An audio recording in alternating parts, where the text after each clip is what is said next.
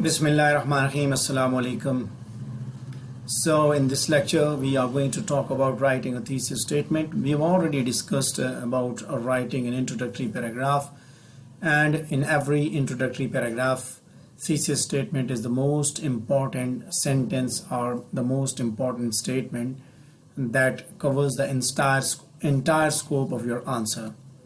So while writing thesis statement, you have to be very careful and you need to learn about it. So I've added this topic for this exam writing skills workshop. In fact, thesis statement is basically a roadmap for your answer. You are setting your direction where you're going. You can see in the picture here at the screen that thesis statement is written at the last of the introductory paragraph, and every body paragraph in fact that contains one or the other element of thesis statement.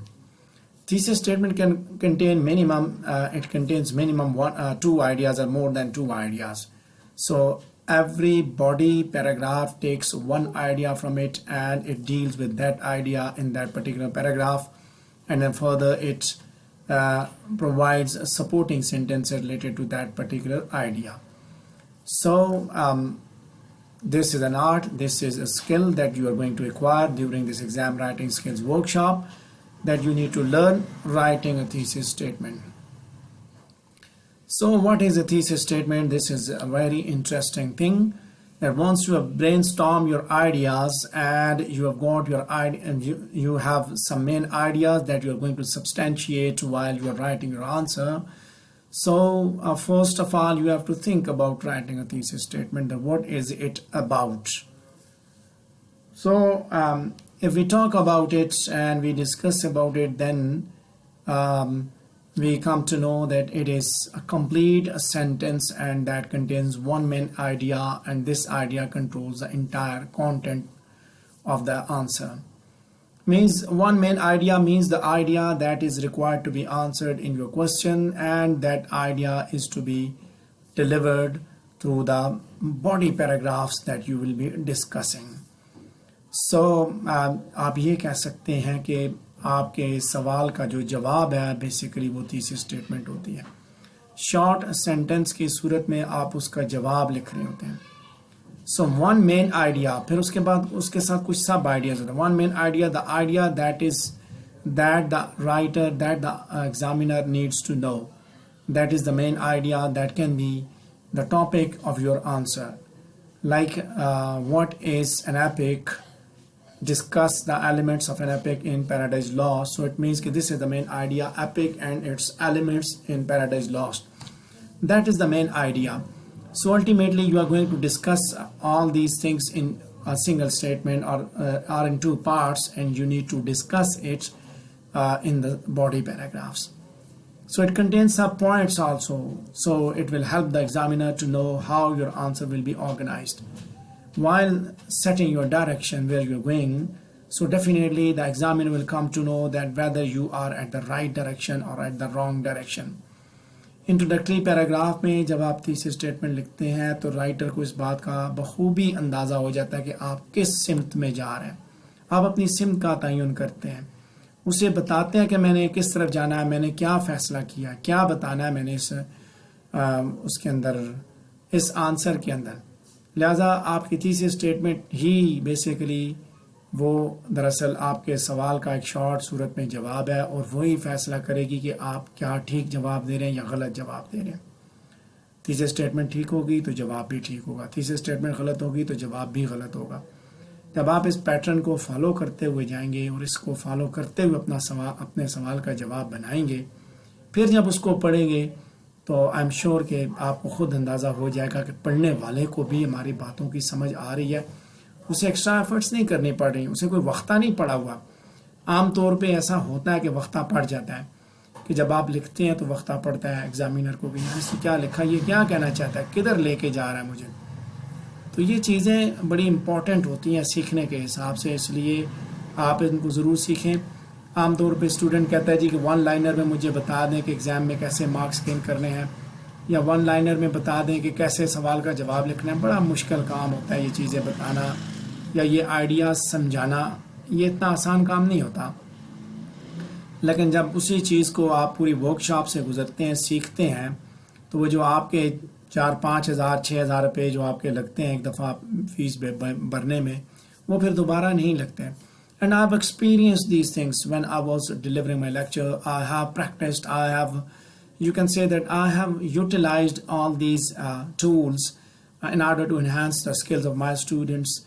So there was a drastic change in their results. They have improved their grades to a great extent. A person who has failed 3 times in drama paper, he has completely changed his result. He was in need of getting 55 marks in drama paper, and time and again he was failing, and that was the last chance jab wo mere paas aaya, and he told me that I'm ready to pay as much as you want, but I want to pass my paper. I want to get rid of MA. And I told him that just join the workshop and learn these things, no need to do anything else, so I'm sure that you will improve your grades. And this was you can say this was a wonderful practice. ٹھیک ہے, اس نے وہی سارا کام کیا and ultimately the result was completely changed. وہی جو 3 time کا failure تھا اس کا رزلٹ 57 مارکس پہ چلا گیا. So 20 مارکس کا فرق آیا. So this is what the skill, that when we lack the skill we lose 20 marks in every paper. So imagine کہ وہ 20 نمبر جو ہے وہ ہم ان چیزوں کو سیکھ کے ہی حاصل کرتے ہیں. Okay. So now I've got a question and we'll be answering this. We'll be talking about that introductory paragraph and we'll be talking about the thesis statement constructed on this question, that according to Aristotle, what is tragedy? Discussed constituent parts of a tragedy in the light of poetics. So there are 2 things. One is what is tragedy and the other is the parts, and we have to discuss these things in the light of poetics. Aristotle نے کیا کہا tragedy کے بارے میں, یعنی کہ کیسے اس نے ڈیفائن کیا, اور دوسری بات کہ کون سے کانسٹیٹوئنٹ پارٹس ہیں. ان دونوں چیزوں کو سمجھنے کے بعد آپ اپنا آنسر بنائیں گے. اب آپ کیسے بنائیں گے آنسر؟ جب آپ ایگزام میں جب آپ شروع کرتے ہیں تو آپ ڈائریکٹلی شروع کر دیتے ہیں, اس کی ڈیفینیشن کو اٹھا کے اپنی باتیں بتانا شروع کر دیتے ہیں, تو الٹیمیٹلی ایک بیڈ امپیکٹ پڑتا ہے ایگزامینر کے اوپر کہ یہ کس طرف چل پڑا, کیا اس نے بتانا شروع کر دیا. سب سے پہلا جو پرابلم ہمارے ساتھ ہوتا ہے اس طرح ایگزام کے اندر کوسچن اٹیمپٹ کرتے ہوئے ہم سوال کو سمجھنے کی کوشش ہی نہیں کرتے, بلکہ ڈائریکٹلی ہم لکھنا شروع کر دیتے ہیں. ہم پوری کی پوری لائن جو اس نے پوچھا وہ سارے کا سارا نہیں پڑھتے, بلکہ ہم کیا کرتے ہیں, ہم آدھا سنتے ہیں اور ڈبل ریئیکٹ کرتے ہیں. یہ ایک ہماری مینٹالٹی ہے, ہماری یہ سائیکالوجی ہے, اور یہ بحثیت قوم ہمارے ساتھ پرابلم ہے. اور اسی پرابلم کی وجہ سے we make a lot of mistakes in our answers. Same چیز آپ دیکھیں, کہیں پہ بھی کوئی بات لکھی جاتی ہے نیچے لکھ دیا جاتا ہے. For example, if I write an advertisement and informational post in my groups, تو کیا ہوتا ہے, میں بتاتا ہوں کہ واٹس ایپ گروپ میں رابطہ کریں, پھر بھی وہیں پہ واٹس ایپ نمبر بھی دیا ہوتا ہے, پھر بھی وہ سارے ادھر ہی پوچھ رہے ہوتے ہیں, باوجود اس کے کہ وہاں نمبر بھی دیا ہوا ہوتا ہے. اچھا, پھر اگر وہاں ڈیڈ لائن دی ہے پھر بھی ڈیڈ لائن کا پوچھا جاتا ہے. کلاس کے اندر بھی بتایا جاتا ہے کسی چیز کے بارے میں ڈیڈ لائن دے دی جاتی ہے, پھر بھی ڈیڈ لائن پوچھی جاتی ہے, because they don't bother these things. دوسری بات یہ کہ ہم اسی طرح یہ چیز جو ہماری پریکٹیکل لائف کی یہ جو میل پریکٹسز ہیں, انہی چیزوں کو ہم لے کے آگے ہر جگہ پہ اکیڈیمیا میں بھی اپلائی کرتے ہیں. this is also a mal practice. ٹھیک ہے, یہاں پہ بھی سیم سچویشن ہوتی ہے کہ جب آپ اس ٹاپک پہ بات کریں, آپ سے پوچھا اس نے واٹ از ٹریجڈی, آپ نے ڈیفینیشن لکھ دی, بس ٹھیک ہے دیٹس انف, اسی کو ایکسپلین کریے. No, he is talking about constituent parts of tragedy, اور آپ نے اس ڈیفینیشن کے اندر رہ کے وہ کانسٹیٹوئنٹ پارٹس ہیں ان کو ثابت کرنا ہے. You have to talk about each constituent part and you have to talk about with reference to the definition of tragedy. کہ ایک constituent part پہ اس definition کے اندر کیا کیا لکھا گیا. You need to discuss it in the body paragraphs and you need to establish your thesis statement according to that, کہ تاکہ دونوں چیزیں کور ہوں, definition بھی کور ہو جائے اور اس کے ساتھ ساتھ constituent parts بھی کور ہو جائیں. میں نے اسی لیے میں نے تھوڑا سا اس کو ہٹ کے بنایا ہے, جو میں نے آپ کے ساتھ تیسرے اسٹیٹمنٹ کی ایک ویڈیو شیئر کی. So that is something else and this is something else. This is specifically related to literature students and students of exam writing skills workshop, and you can see it that how we find the difference کہ introductory paragraph کیسے چل رہا ہے, thesis statement اور سب points کیسے جو ان کو ہم الیبوریٹ کریں. Look at the sentence, look at the paragraph. Here Aristotle was the first theorist of theatre, so his poetics is the origin and basis of all the subsequent theatre criticism. Being an attempt to analyze those features that make some tragedies more successful than others, poetics is the first great work of literary criticism in the Western world. Aristotle's poetics is chiefly about tragedy, which is regarded as the highest poetic form. So یہاں تک میں نے general statement دی, general اس کے بارے میں بات کی. اس کے بعد ارسطاٹل کی بات بھی کر دی, پوئٹکس کی بات بھی میں نے کر دی. Now I am going to talk about the statement, the question statement. I am going to answer the question statement. The first one is what is a tragedy and the other is the constituent parts. So you can see he establishes the unique nature of tragedy and defines it as the imitation of an action, serious, complete, and of a certain magnitude in a language beautified in different parts, with different kinds of embellishment through actions and not narration, and through scenes of pity and fear, bringing about the catharsis of these emotions.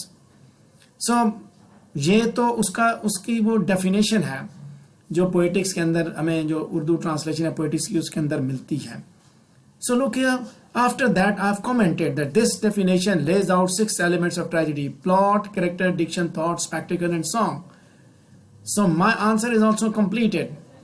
جو میں نے تیسری statement ہے وہ بھی بنا دی, میں نے اس کو جو ٹیکسٹ ہے اس کے اوپر میں نے کومنٹ بھی کر دیا, دونوں کام میں نے ساتھ ساتھ کر دیے. سو یہاں اس چیز کو دیکھیے کہ تیسری اسٹیٹمنٹ بتا رہی ہے کہ مین آئیڈیا کیا ہے, and that main idea is going to control the content of the entire topic. So content اس کے اندر کنٹرول ہوگا, imitation of an action, serious, complete, and of a certain magnitude. یہ سارے کا سارا کیا ہے, میگنیچیوڈ تک سارے کا سارا کیا ہے, پلاٹ ہے. اس کے بعد in language beautified in different forms with different kinds of embellishment. So یہ کیا ہے کہ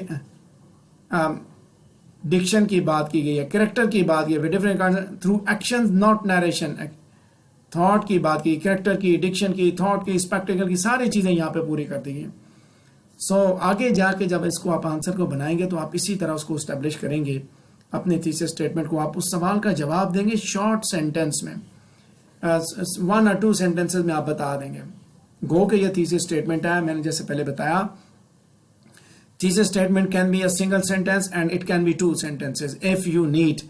مینس کہ جب آپ کا جو ٹاپک ہے اس کے اگر سب ٹاپکس بھی موجود ہوں, سب آئیڈیاز بھی موجود ہوں, پھر آپ کو 2 لکھنی پڑتی ہیں. جیسے ہم ایپک کی بات کرتے ہیں, and when we are talking about epic, and for example question اس طرح ہو کہ what is an epic and what are the elements of epic in available in Paradise Lost. تو پھر آپ ایپک کو ڈیفائن کریں گے, وہ بھی آپ کا ٹاپک ہے, اور پھر ایلیمنٹس بھی آپ ساتھ لکھ دیں گے, یہ والے ایلیمنٹس پیراڈائز لاسٹ کے اندر ہے. پھر آپ ایک ایک ایلیمنٹ کو ایپک کو کی ڈیفینیشن بھی چل رہی ہوگی, ساتھ ساتھ وہ ایلیمنٹ بھی ایکسپلین ہو رہا ہوگا, ساتھ ساتھ اس کے انسٹنسز آپ پیراڈائز لاسٹ میں سے نکال رہے ہوں گے.